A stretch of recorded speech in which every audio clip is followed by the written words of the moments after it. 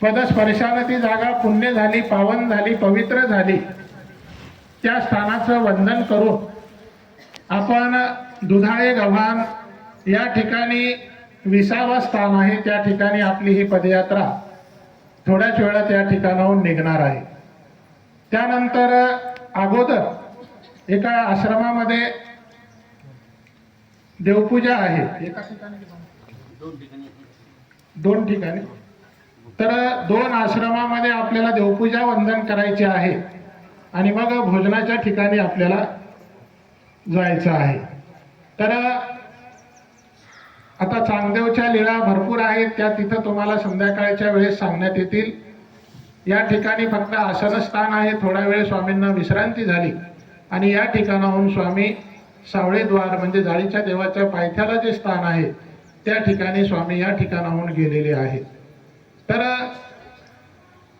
पदयात्रेचा आज पहिला दिवस आहे, परंतु आजपासून ही पदयात्रा आपली रुटीनमध्ये राहणार आहे.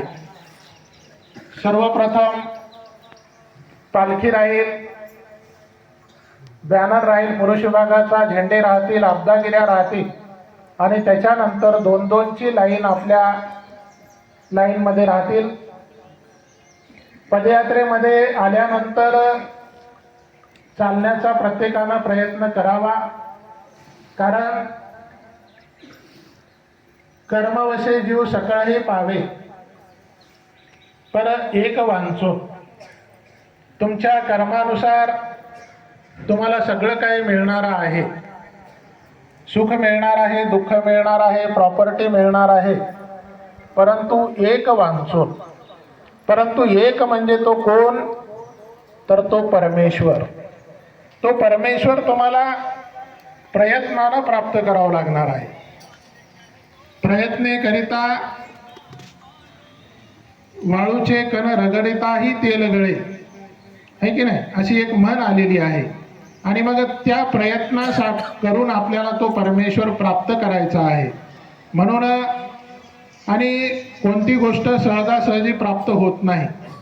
म्हणून या शरीराला थोडा त्रास बी झाला पाहिजे. अति त्रास करून घेऊ नका.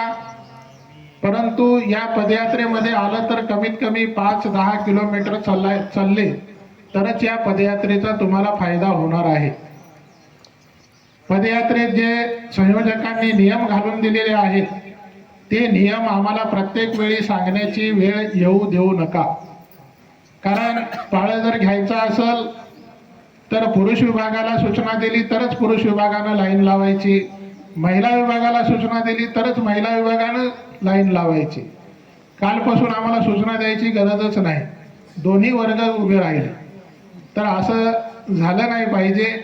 कारण मी अगोदर सांगितलं की आपल्याकडे बघणारा समाज खूप आहे. हे कसं चालतात, कसं बोलतात, कसं वागतात, म्हणून आपलं वागणं चांगलं पाहिजे, बोलणंही चांगलं पाहिजे, आपलं चालणंही तेवढंच चांगलं असलं पाहिजे. म्हणून आज या स्थानापतीला आपल्या सर्वांच्या वतीनं उटी होणार आहे, सामुदायिक उटी. त्या ठिकाणी आम्ही विडा अवसर केलेला आहे सर्वांच्या वतीनं. आणि या स्थानाजवळ सर्वांनी प्रार्थना करावी की आम्ही ज्या साधनदात्याच्या शोधामध्ये निघालेले आहोत, जो आम्ही आमच्या घरादाराचा परिवाराचा त्याग करून इथपर्यंत आलेले आहोत, तर ही आमची जे प्रयत्न आहेत, आम्ही जे उचललेलं पाऊल आहे, त्या प्रत्येक गोष्टीचा साधनदाता सर्वज्ञ श्री चक्रधर स्वामींनी स्वीकार करावा आणि आमची ही पदयात्रा अत्यंत सुखामध्ये आनंदामध्ये निर्विघ्नपणे पार पडो अशी या स्थानाजवळ सर्वांनी प्रार्थना करावी. आणि थोड्याच वेळात या ठिकाणाहून आपली ही पदयात्रा पुढील प्रवासाला निघणार आहे. पुढील सूचना महेंद्र मुनी देतील. सर्वज्ञ श्री चक्रधर स्वामी की जय. हे जे अब्दागिरी आहे ते घेणारे त्यांचं नाव सुद्धा आलेलं नाही.